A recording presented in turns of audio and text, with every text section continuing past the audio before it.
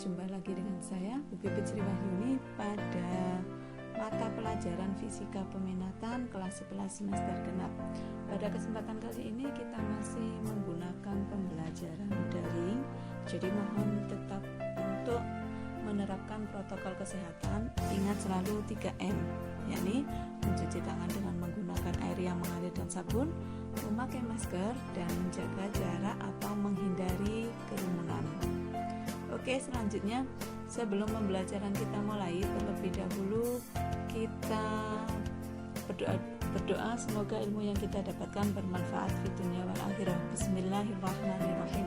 Raditu billahi rabba wa bil islami dina wa bi muhammadin nabiyya wa rasula. Rabbi zidni ilma warzuqni fahma bi rahmatika ya arhamar rahimin. Materi awal untuk semester genap adalah tentang termodinamika. Termodinamika itu berasal dari kata termo dan dinamis. Termo sendiri adalah panas, sedangkan dinamis adalah berubah. Jadi sebenarnya termodinamika adalah cabang ilmu fisika yang mempelajari hubungan antara panas atau kalor dengan usaha dari kalor tersebut. Nah, yang diamati pada aliran energi itu ada yang disebut sebagai sistem atau objek pengamatan, ada yang disebut sebagai lingkungan atau selain sistem. Nah, contohnya seperti ini. Bola besi panas ini sebagai sistem, maka yang disebut lingkungan adalah bisa air dingin, bisa gelas, atau bisa misalkan di sini dia berada di meja berarti bisa meja. Oke, tugas pertama kalian, coba cari peristiwa yang melibatkan sistem dan lingkungan di sekitar kalian, kemudian tuliskan di buku masing-masing.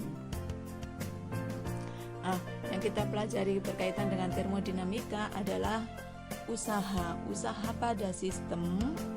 Misalkan saya punya sebuah gas, diberi tekanan sehingga dia merubah volume dari gas tersebut. Anggap ini adalah posisi 1, posisi 2. Jadi nilai V atau usahanya nanti sebanding dengan tekanan kali perubahan volume atau V2 min V1. Contoh soalnya, suatu gas dipanaskan pada tekanan tetap sehingga memuai seperti terlihat pada gambar. Tentukan usaha yang dilakukan gas jika searah sumbu X-nya adalah volume, ada V1, ada V2. Searah sumbu Y-nya adalah tekanan 2 atm. Maka untuk mencari usaha P kali delta V tinggal mengkalikan saja, tapi ingat bahwa satuannya harus diubah terlebih dahulu dengan liter menjadi meter kubik dan tekanan dari atm menjadi newton per meter persegi. Hasilnya adalah 60 joule. Selanjutnya, proses termodinamika ada 4 proses. Yang pertama adalah isotermal. Iso itu tetap, termal itu suhu. Jadi dia pada kondisi suhu tetap. PV sama dengan konstan. P1 V1 sama dengan P2 V2. Grafiknya seperti ini. Nilai usaha atau V sama dengan N R T ln V2 per V1. N kecil ini adalah jumlah mol, R-nya adalah konstanta, T-nya adalah suhu. Sedangkan proses isochorik atau isovolume adalah ketika volumenya tetap, P per T konstan. Grafiknya seperti ini, dari titik A sampai B itu volumenya tetap. Maka ketika dia proses isochorik, delta V-nya 0 sehingga usahanya juga sama dengan 0. Selanjutnya, proses isobarik. Gas pada tekanan tetap, jadi titik A dan B ini tekanannya adalah sama. V per T konstan, V1 per T1 sama dengan V2 per T2, atau V usaha sama dengan P kali delta V, sama dengan persamaan awal tadi ya. Selanjutnya, proses adiabatik adalah keadaan gas tanpa ada pertukaran kalor. Grafiknya serupa dengan isotermal, hanya dia lebih curam. Usaha atau W sama dengan 3 NR kali delta T ya, T1 min T2. Contoh soal, Suatu gas yang volumenya 1,2 liter perlahan dipanaskan pada tekanan tetap 1,5 10⁵ Newton per meter persegi hingga volumenya menjadi 2 liter. Berapakah usaha yang dilakukan gas? Usahanya adalah P kali delta V atau V2-V1. Ingat selalu untuk mengubah satuan dari liter menjadi meter kubik, sedangkan dari ini tetap sudah tekanannya sudah betul Newton per meter kuadrat.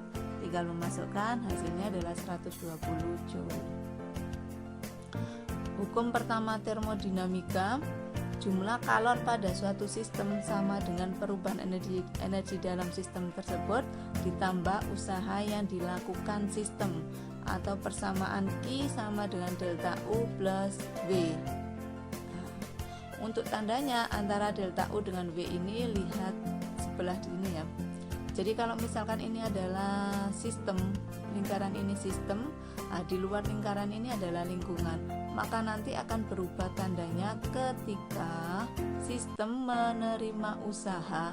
Ini sistem menerima usaha, maka W bernilai kurang dari 0 atau negatif. Ketika sistem melakukan usaha, maka nilai W adalah positif.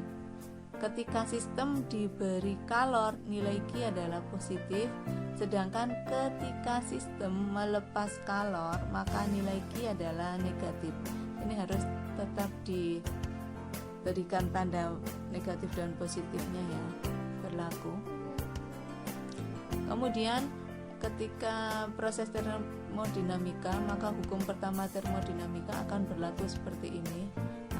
Proses isotermal delta T sama dengan 0 sehingga delta U juga sama dengan 0, maka Q sama dengan W sama dengan nRT ln V2 per V1. Sedangkan isokorik artinya volume tetap, maka nanti W nya 0 atau Q sama dengan delta U U2 min U1. Selanjutnya isobarik pada tekanan tetap, maka ini tetap ya, Q sama dengan delta U, W nya tinggal mengganti P kali delta V. Terakhir adiabatik, ketika tidak ada kalor yang keluar masuk, maka persamaan hukum pertama termo, Q sama dengan 0, tidak ada pertukaran kalor, maka nanti W sama dengan min delta U. Selanjutnya siklus termodinamika, yakni siklus Carnot itu adalah siklus ideal reversible yang terdiri dari dua proses adiabatik dan isotermal. Mana yang disebut adiabatik, mana yang disebut isotermal. Dari posisi A sampai kembali ke A, kita lihat dari A ke B, dari A ke B, A ke B ini adalah isotermal. B ke C itu adiabatik. Jadi isotermal dan adiabatik sebenarnya grafiknya serupa, hanya yang adiabatis lebih curam. C ke D itu sama dengan A ke B, hanya saja arahnya berlawanan. Sedangkan D ke A juga demikian, sama dengan B ke C, arahnya berlawanan. Ya. Kemudian aplikasinya pada mesin Carnot, anggap yang bagian tengah ini adalah mesin. Mesin sebelum digunakan, maka dia akan menyerap kalor sebesar Q1 pada reservoir suhu tinggi. Jadi ini yang disebut reservoir suhu tinggi. Mesinnya menyerap kalor sebesar Q1, kemudian digunakan usaha sebesar W dan sisanya dibuang pada reservoir suhu rendah. Jadi mesin ini menyerap kalor pada reservoir suhu tinggi sebesar Q1, digunakan kerja atau usaha sebesar W, sisanya dibuang pada reservoir suhu rendah. Jika yang diserap 100, yang digunakan usaha 80, maka sisanya berapa? Iya, sisanya adalah 20. Dari mana 20? Dari 100 dikurangi 80. Paham ya?